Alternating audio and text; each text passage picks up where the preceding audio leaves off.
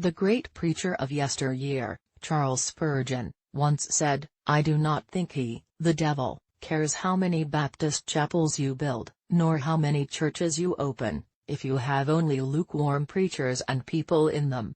Lukewarm Christians are believers who may attend church, but aren't completely sold out for Jesus.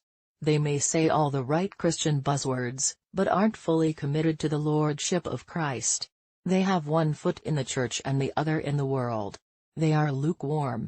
In the book of Haggai, God confronts the misplaced priorities of the Israelites, who had drifted into a way of life where their belief in God was not reflected in their living. The temple was in the process of being rebuilt after the first one was destroyed. However, they stopped after the first phase and didn't do anything else for several years.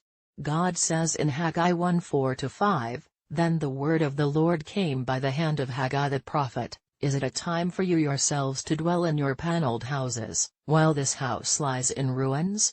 Now, therefore, thus says the Lord of hosts, consider your ways." They were so concerned with their way of living that they had forgotten what God had called them to do. Instead, they were caught up with their own wants, needs and desires.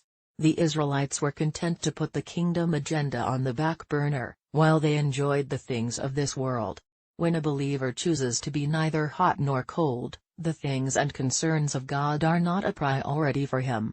When we are half-hearted, fence-straddling believers, we worship at the altar of passivity. When that happens, we forfeit our saltiness for the temporary delights of the world. In 1912, the Titanic made its maiden voyage. It was the biggest ship around, and many called it the unsinkable. But after colliding with an iceberg, water began flooding the ship and it began to sink. Rather than the ship being on the water was pouring into the ship. The Church of Jesus Christ is called to influence the world with the gospel, but for some, the world has influenced the church.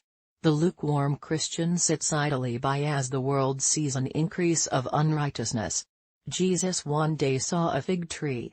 It was the season for figs, but there were no figs on the tree. It was barren, and Jesus cursed it. Why did he curse it? Was it because it was poisonous? No. He cursed it because it bore no fruit. It wasn't doing anything. In the parable of the talents, a master went away and gave to his servants various talents.